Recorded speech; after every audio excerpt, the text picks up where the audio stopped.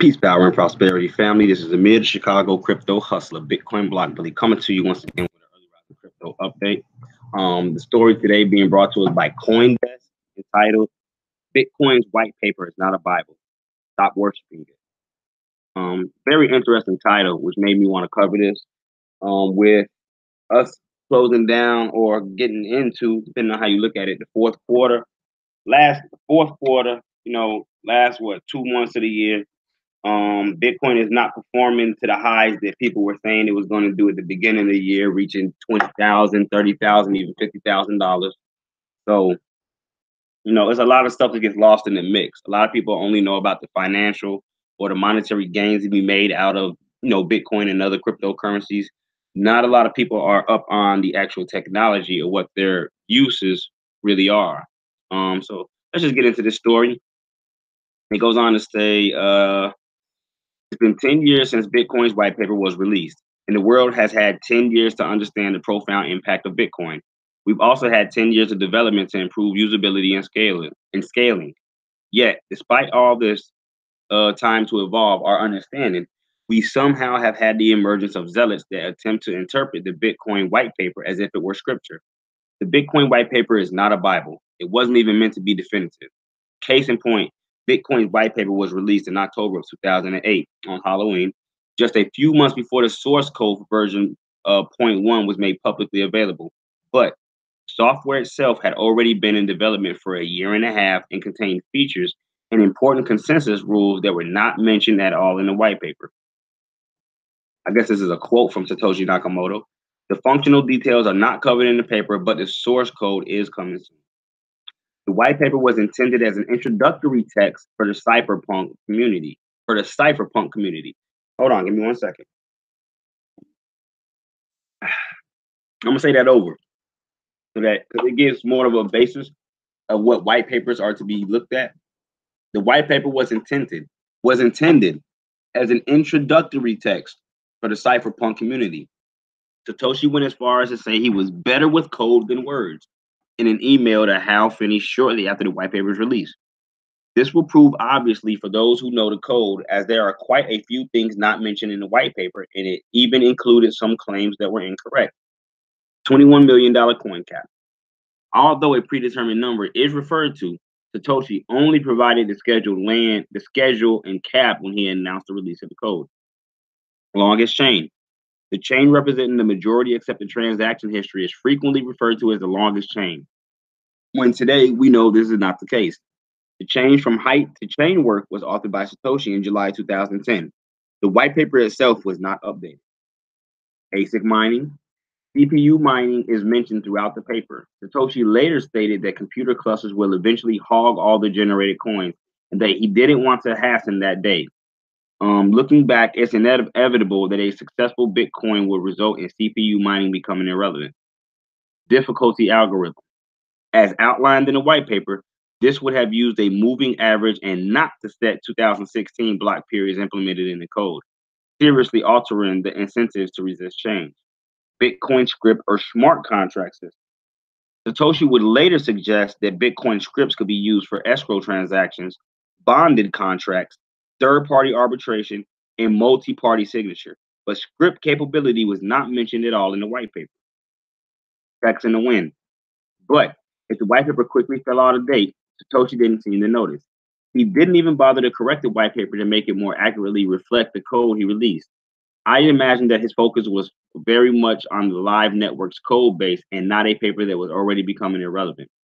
This is important to note, as despite changes that alter the design of the live network substantially, the white paper has become a pseudo-religious text for some who seem to view the subsequent open source evolution of the code as tantamount to sacrilege. This still baffles me. And this is the writer of this. Hold on here.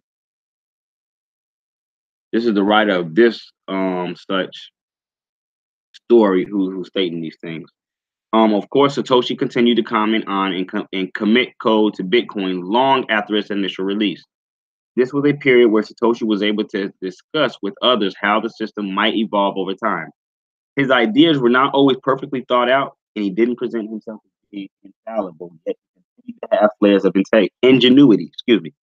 One idea which eventually caught the imagination of others was payment channels or high frequency trades, as he called them. This allowed users to repeatedly update the state of an unconfirmed transaction prior to it being broadcast, and leverage some of the features present in the Bitcoin's code, which weren't mentioned in the white paper. This particular post-white paper idea, along with Dr. Christian Decker's duplex micropayment channel paper, formed the basis of today's Lightning Network. As other developers took the concept, addressed security issues, and extended it, we now have created a rapid peer-to-peer Bitcoin micropayments network. The point I'm making with these examples of white paper omissions and differences to the implementation itself is that while software evolves, read-only text documents do not. The white paper was an attempt at a high-level introduction by someone who had already put far more time and care into writing the code itself. It admitted many details that have been key to Bitcoin's success so far, and yet some people have tried elevating it to the position of holy scripture in misguided attempts to force minority design decisions. Evolution and progress. As this goes to show that the software itself defines what Bitcoin is, and that it's been shaped by the collective vision of the majority over the years to programmatically express what rules they want to see enforced in the network. The written word is open to personal interpretation. The execution of code isn't. For the rules encoded in a consistent critical system, the code is all that matters. When he published Bitcoin source code, I think Satoshi knew he was handing over a creation of great social value to the public. But I don't think he could have imagined how far it would come in just 10 years. Putting the price and other distractions aside, the amount of human effort poured into Bitcoin's infrastructure today is something that encourages me, especially in as so much as carried out by volunteers. Just consider that the latest major release, 0.17 or 17, contains over 700 pull requests and 135 developers contributed to it. Sync times are improving even though the blockchain continues to grow. We can still sync the entire Bitcoin blockchain from Genesis block to chain tip in under 2.5 hours. Ethereum, not so much. We have new technologies like G-Root, bulletproofs, confidential transactions, confidential assets, PSBT, signature aggregation, Schnorr for the base layer, while the Lightning Network allows developers to experiment permissionlessly without needing consensus changes to the base protocol.